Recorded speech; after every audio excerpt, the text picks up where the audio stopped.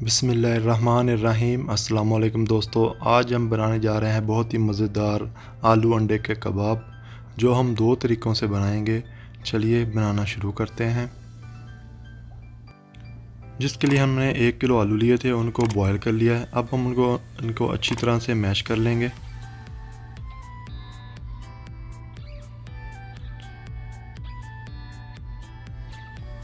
आलूओं को अच्छी तरह मैश करने के बाद अब हम इसमें 2 उबले हुए अंडे डाल देंगे, उनको भी मैश कर लेंगे।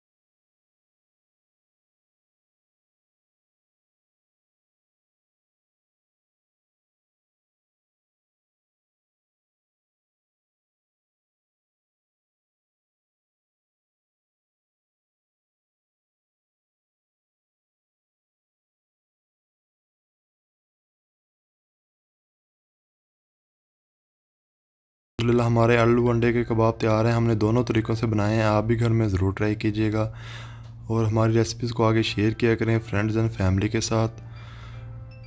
अस्सलामु अलैकुम, अल्लाह हाफिज़।